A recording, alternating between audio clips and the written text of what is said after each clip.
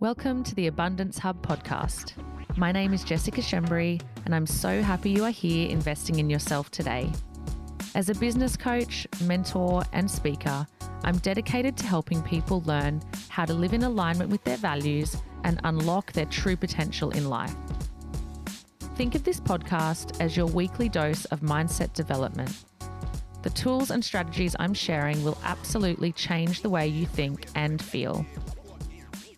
Please visit jessicashembri.com.au to learn more about my offerings. And if you love this podcast, please write a review and share over on social media. Thanks for pushing play. Let's begin. Hello, beautiful people. Welcome back, or welcome if you are new. Thank you for joining me this week. I hope you have been enjoying the recent podcasts, I must say. I've really been enjoying recording them. I go through those stages where I find it difficult or I find it harder. I definitely think that it has a lot to do with me being a female, me having a cycle when I'm feeling creative, when I'm feeling somewhat more highly strung or emotional. And then obviously just the ebbs and flows of life, it all accounts to how I can show up. And obviously, I mean, that would go without saying. But yeah, I've been enjoying it lately. I've been loving it.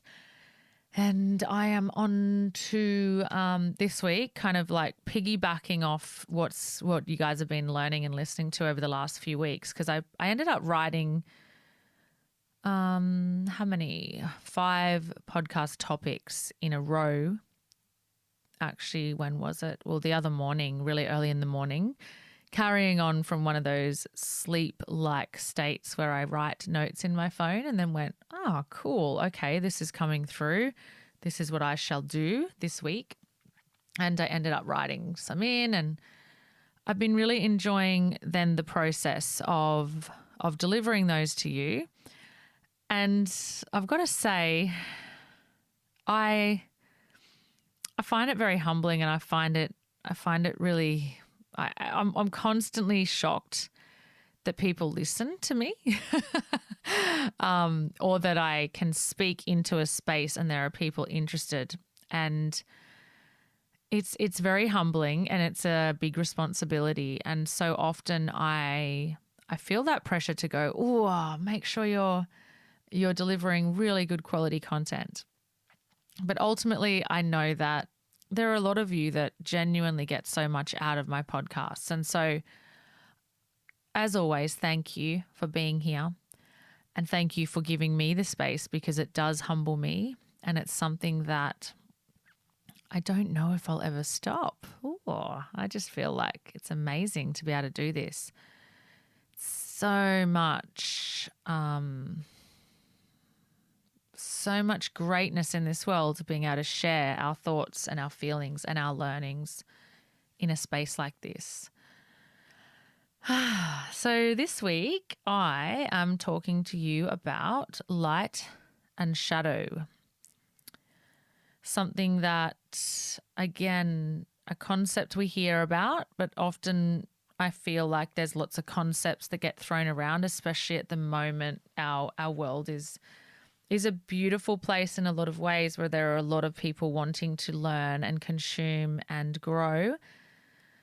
But there's also a lot of fucking shadows around. There's a lot of toxicity in our world. There's a lot of corruption. There's a lot of things happening that upset me, and I think upset a lot of people. And there's a lot of there's so many things. There's a lot of heaviness in our world. And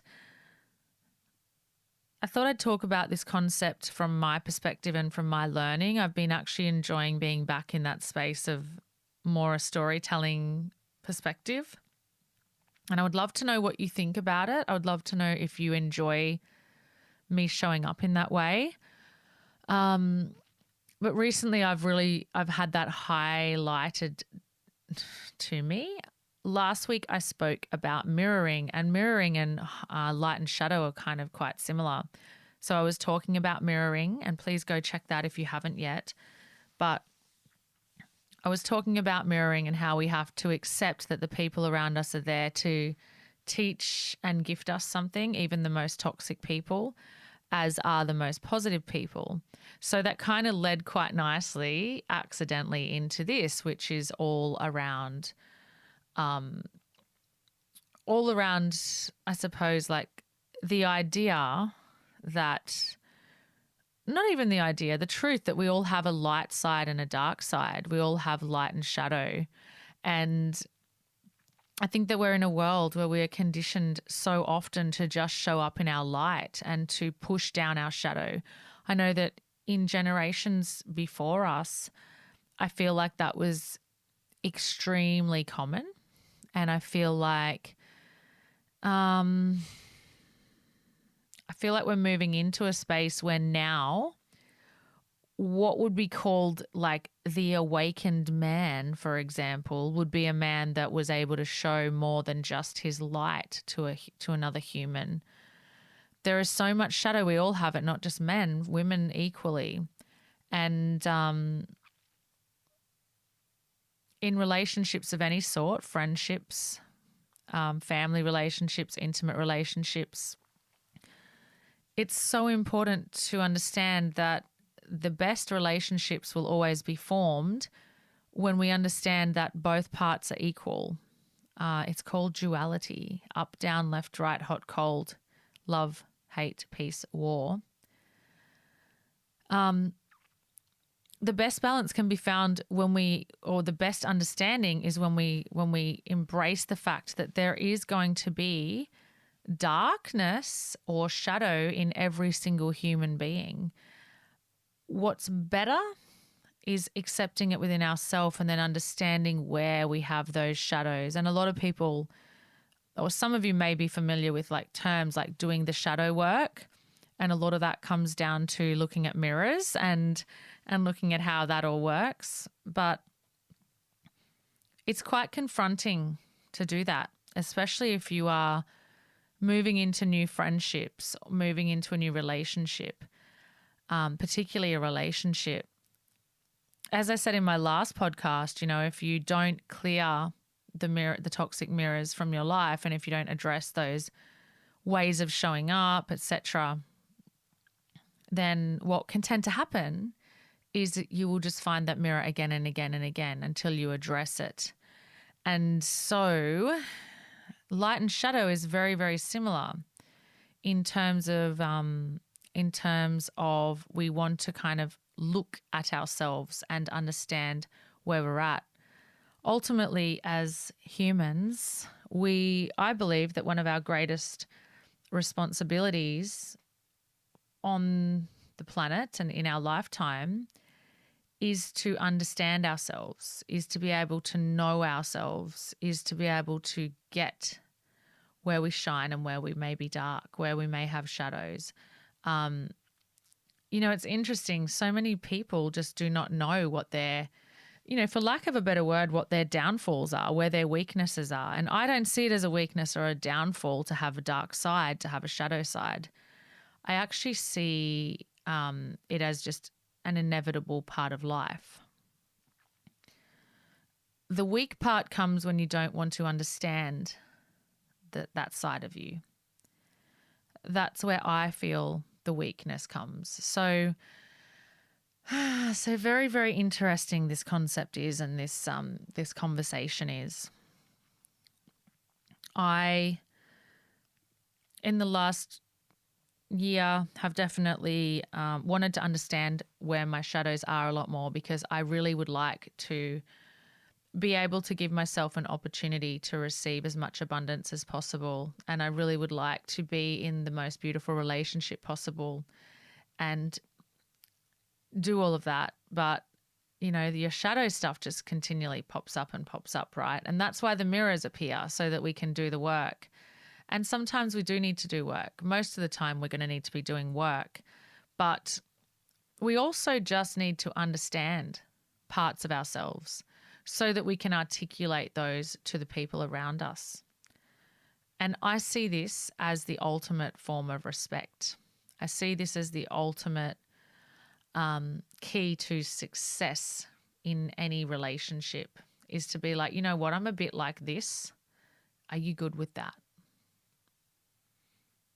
and give the person the opportunity, whether it's the friend or the intimate partner or the family member or the child that you're raising, they're going to have to be okay with it to a point. But I feel like it's an interesting concept when saying, if I know myself really well, then I get to come to the table. I get to walk into new relationships with a really good understanding of myself.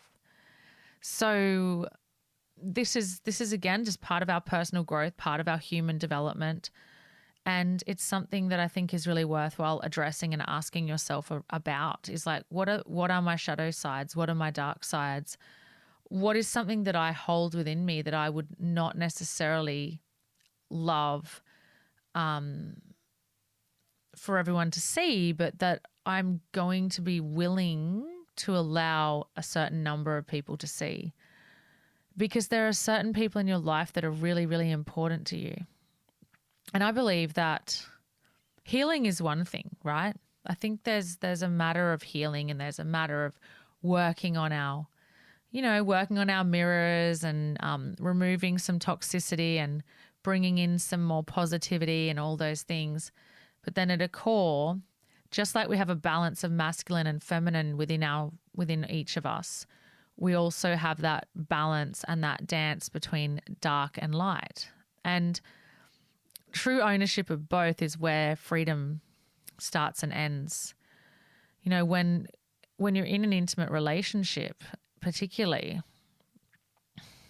I know that my opinion of that is that that person is going to be the most intimate with you physically, right? Because that's part of intimacy. That is intimacy, or that is part of intimacy. Intimacy physically, intimacy mentally. And I actually think that most people would rather, excuse my French, but would rather be fucked physically than have someone try and actually enter their mind. And that's interesting to me, and it's also quite scary. And it also really ruffles feathers, and it ruffles mine too, because I believe that if people were able to articulate what their mind was doing, what their mind was thinking, how their mind was operating, and be committed to their growth and their understanding of self, and if they found their match in that way, I don't believe that a relationship, other than when it becomes completely toxic and dangerous environment, obviously, I just need to say that as a disclaimer, but in general, I don't believe a relationship needs to fail if there's that level of mental intimacy equal to that level of physical, where you can be so vulnerable with the other person, where you can actually show them who you are. And it requires a lot of hard work, and it requires a lot of trust, and it requires a lot of vulnerability, which people don't do well. I do it fairly well, but I'm still learning, and I still have, what's the word? I'm still an onion. There's still layers to be peeled, right? Because getting to the core of someone's existence is actually very difficult, and it's a life's work. But what I know from experience is that I've known people for 5 years, 10 years, 15, 20 years, and never got to understand them at all. And then there are other people that I've known that long that I feel as though I know exactly how they work. I can see when they retreat what's going on. I can see when they're at the forefront what's going on. I can see when they do certain behaviors. I get it because I know about their darkness. I know about their weaknesses, or I don't believe there are weaknesses to a point, but the perception of that. And you know what? It's a beautiful, beautiful place to be when people allow you in like that. But it's also scary, because if they're allowing you in like that, then you need to allow them in like that. And that becomes a place where we feel very, very vulnerable. And it can be scary. Because I think that once we start to look at our mirrors, and I think that once we start to look at our behaviors and we do all those things, I think that then what happens is we open the floodgates. And so I have had to have some really serious realizations of late around the type of person I am, and really like wanting to understand myself even more deeply than I already do. And a lot of the reasons for that is because there's a committed part of me that wants my intimate partner to know the shadow side as well as they know the light side. And it's so easy to show the light side, isn't it? The sexy girl, the fun girl, the playful girl, or I should say woman, but that side is easy to show. That adventurous, fun, young, happy, loving, sexual person. Like those things are somewhat easy. It's easy to put all that up. But what ends up happening is we put up walls around our darkness or our shadow. And I think that there's so much beauty in that shadow side. And I think there's so much beauty in that vulnerability that we can bring to a relationship. But we also need to be okay with accepting that from our partner as well. And if you're a female listening to this, are you willing to allow your man that space to be vulnerable with you and to say things that may not be maybe attractive to you, or to show sides of that person that may not necessarily be attractive to you? Vice versa, when being vulnerable, men may not find that part attractive. Some may, some may not, right? And so this just honestly, it really, it shines light for a lot of people on areas that need looking at. I suppose why I bring this into the conversation today is because I ultimately believe that this is part of the key to successful relationships in general. Like I have such an open dialogue with my girlfriends. I've been having some ups and downs in life, and they're calling, they're checking in, they're doing, being beautiful friends. And the immediate response is, yeah, I couldn't talk yesterday. I actually didn't want to. You know how I like to get in my little hole when I'm not feeling well, because I like to take notes. I'm a note taker. You guys know that now. But I find that for me, and this is something that I've found super cool for me in my relationship, my intimate one especially, when I'm feeling something, I know that one of my one of those things that I would like to hone in on a bit better, and we could call it like a part of my shadow side, is I used to be quite reactive, and I can say things I don't mean sometimes because my emotions are running high, or I'm being a bit selfish or a bit needy, or a bit judgy. Like I get it. I get that. I think that's everyone, but I'm hyper aware of it. And so one thing that I've learned to do is I've learned to take notes on how I'm feeling, whether that's journaling or writing it into my notes on my phone. And I always sleep on things that are important to me, because I find that in the past, sometimes the clarity of what was actually important was being masked by emotion. And so there's this big difference between how am I feeling and what's important and what's my outcome. So one thing I do is I take notes and I go inward a bit. And so when I'm talking, say, to my friends, I'll be like, oh, yeah, I just had to go in for a bit, go inward for a bit. I just needed to not articulate to anyone, because some of the times my articulations are just not anywhere near the truth. They are just actually really clouded by the emotion or the want for a short-term satisfaction result. Everyone likes short-term satisfaction, don't get me wrong.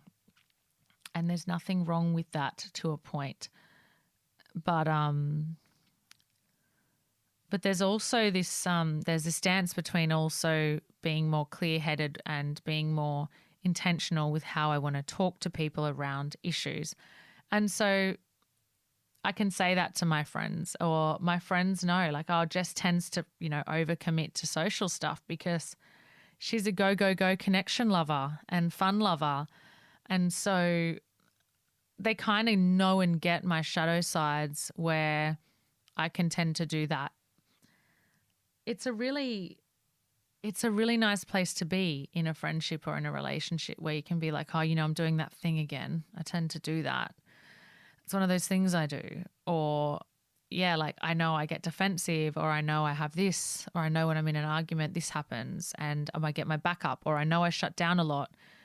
But ultimately understanding those things is like saying, you know what, there are times when we will all have struggles emotionally and mentally and physically, being ill and things like that. And I know how I operate, so I can articulate to the people around me, oh, this is what happens when that happens.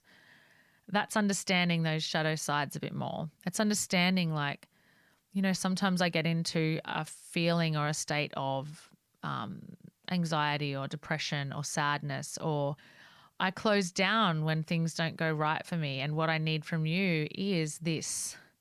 So I know that I go into sometimes like defensive mode, and I'm like, no, I'm fine, all good, it's okay, because I'm very open and authentic, but vulnerability isn't something when it's the people closest to me that people can easily crack. So for me, it would be to say, no, like I actually, if you feel like something's off with me, I'm going to need you to like be at my house. My friends know this. When I was going through some really, really hard stages in the last couple of years, like I have these vivid, I wouldn't say fond, but these memories of when I was in those darkest times, like my best friends like laying with me next to me in bed, giving me a spoon, like spooning me and making sure I was okay, and being there with me until it was okay, because they know I need that physical presence, for example. Whereas what can tend to happen is a lot of people will just go, no, I'm fine. They'll shut it down, and they won't recognize it as a part of them that needs shedding light on. So they'll just hide it, but they'll go and be doing a disservice to those around them and to themselves, because ultimately, if you don't understand all parts of you, then when something really hard happens, you won't be able to articulate to the people around you how they can serve you or help you or be there for you. And imagine having a partner, like an intimate partner, the person you're living your life alongside, not knowing you, just seeing the fun-loving you, not being able to listen and hear how you feel. It's awful. And I honestly believe that if you were to be in a relationship where you said, I want to do it with you, and I get it's going to be really fucking hard, and I get that both of us are pretty ugly at times, and I get we're human, and I get that some of the things we're going to one day say to each other are going to be a bit weird, and are going to be a bit confronting, and are going to be things that we don't want to know. Like, there have been so many times in my life where I've had thoughts, and I'm sure you guys can relate, where you think, if anyone knew I was thinking that, like we've been there, right? Now imagine being able to have an open dialogue in a relationship where you can just be like, I thought that once. That was really fucking shit. Now imagine the care and the love and the respect you could receive from your partner if you were both on the same page about this openness without judgment. Being clear about why you want to have an open relationship like that, to say, I'm going to tell you the things that are dark. I remember years ago, and I actually don't think I've ever really said this in public, but I'll say it because who cares, right? I remember years ago feeling really low and thinking, I might just drive my car into the other side of the road. So I suppose what you'd do is you'd say, I mean, I knew I would never do it, but I had that thought, right? nothing, who would care, you know? And that was a dark stage of life. That was many, many years ago, like probably in my teens, you know, like a long time ago. But how amazing would it be if you just accepted that your dark sides were just as equal as your light? And if in that time you had someone that you could say, you know what, I was driving today, and my boyfriend at the time would have had no idea. But imagine if I was able to have said, you know what, I don't know why, but I had this thought and it was really intense and I don't know why, but I think it's because of this. Imagine being able to hold space like that for somebody. It's deep, but I think it all starts with open dialogue about some things. I think it all starts with, especially in intimate relationships, is like, yeah, we're here for the fun and we're here for the teamwork and we're here for the, you know, connectedness and the togetherness and the building of future together and the making of babies together and all that, eating dinner together, having sex together. We're here for all that, but are we here when we need to be held, and can we do that for each other? And obviously there are going to be varying degrees, but ultimately at the highest level, I believe, and I've been in partnerships for nearly 20 years, so I'm not a novice. I believe that's the missing link to highly successful and highly beautiful relationships, is just not wanting to know all parts and not being brave enough and not being there enough and committed enough. Because when you know all parts, then you get the real serious question of, am I in or am I out? And when someone shares with you their darkness or perceived darkness, their truth, their whole truth, and you get to decide, am I in or am I out? The question is ultimately like, well, what about your own stuff? Because if someone shares with you to a intimacy level that you're not used to, a lot of people would find that quite confronting or threatening. And there's no right or wrong, but my definite belief is that ultimate vulnerability in a relationship is what a relationship is about. Because it's really hard to find people to do that with. And that's where you feel most at home and most safe and most seen. And as females, what do we want again? We want to be seen, understood, and heard. Yet we won't share with our partners our truth. And then we wonder why we are not seen, understood, and heard. Interesting concept for you there. Isn't this life of ours and this world and this brain of ours fucking complex sometimes? My God. Well, that's a little taster into that. I wonder if you found that interesting or not.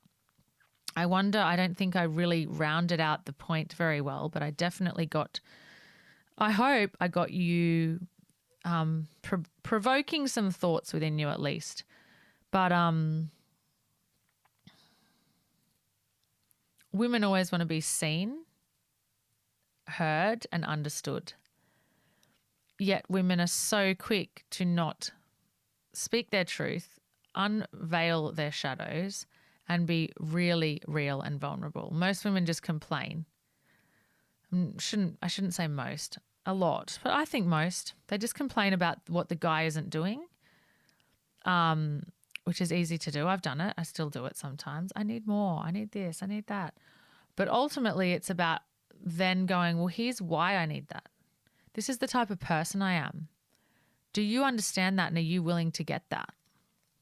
Because this side of me needs that because of this reason. Or this side of me wants that because of this reason. Men want to feel appreciated, and they don't want to be controlled, and they don't want to be criticized. They want to be made to feel they're doing a good job.